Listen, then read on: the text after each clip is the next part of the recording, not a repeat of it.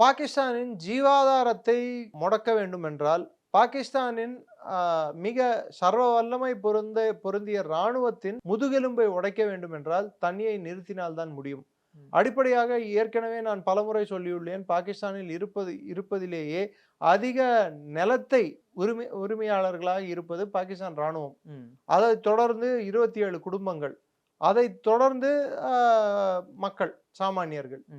கிட்டத்தட்ட இந்த 27 குடும்பங்களும் பாகிஸ்தான் ராணுவம் மட்டுமே 80-85% நிலப்பரப்பை ஆக்கிரமித்துள்ளது.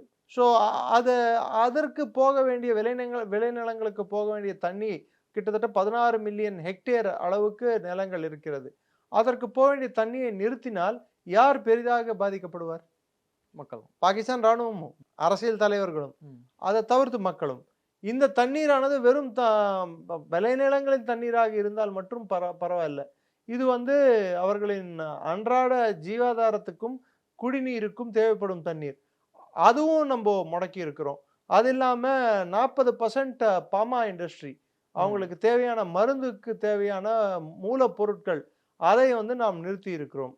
ஸோ இதனால் பாகிஸ்தானின் மருந்தாலைகள் அதன் செயல்பாடுகள் முற்றிலுமே தடைப்பட்டுள்ளது. ஓகே, இப்போ இது இந்தியாவுக்கும் தெரியும்ல. இப்போ ஒரு வாட்டரை நிறுத்தணும் அப்படின்னா ஒரு ஆக்ட் ஆஃப் வார் அப்படிங்கிறதான் அவங்க சொல்லக்கூடிய ஒரு பதிலா இருக்கும். ரெண்டாவது ஒரு கிரைசிஸ் ஏற்படுத்தும் அப்படிங்கிறது அவங்க மத கலவரத்தை ஏற்படுத்தும் வண்ணம், இந்தியாவுக்குள் மத கலவரத்தை ஏற்படுத்தும் வண்ணம் திட்டமிட்டு இந்து மதத்தினை சேர்ந்தவரையே, அதாவது இங்க இருக்கும் பெரும்பான்மை மதத்தை சேர்ந்தவர் மீது தாக்குதல் நடத்த வேண்டிய காரணம் என்ன? இல்ல, அதுல ஒரு இஸ்லாமியர் இருந்தாருன்னு சொன்னாங்கல்ல.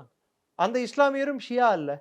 பண்ண தீவிரவாதிகள் சுன்னிகள். பாகிஸ்தான் சுன்னி இஸ்லாமை அடிப்படைவாதமா சுன்னி இஸ்லாமை பின்பற்றும் நபர்கள்.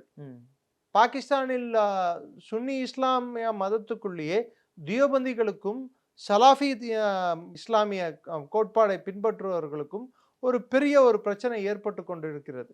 அந்த பிரச்சனை அடுத்த கட்டத்தை நோக்கி போய் கொண்டிருக்கிறது. அதுதான் நாம் ஆப்கானிஸ்தானுக்கும் பாகிஸ்தானுக்கும் இருக்கும் பிரச்சனையாக நாம் பார்க்கிறோம்.